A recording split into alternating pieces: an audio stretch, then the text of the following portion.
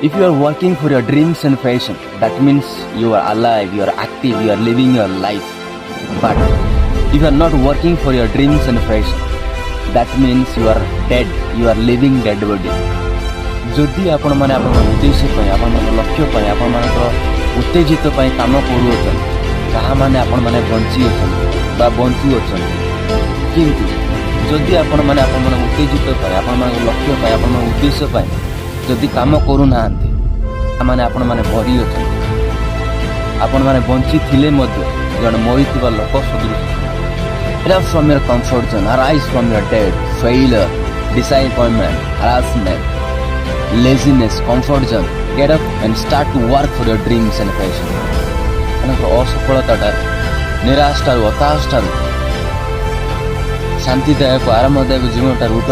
आपण उद्देश्य निमंते आपण लक्ष्य स्थल निमंते आपण उत्तेजित निमंते कार्य कर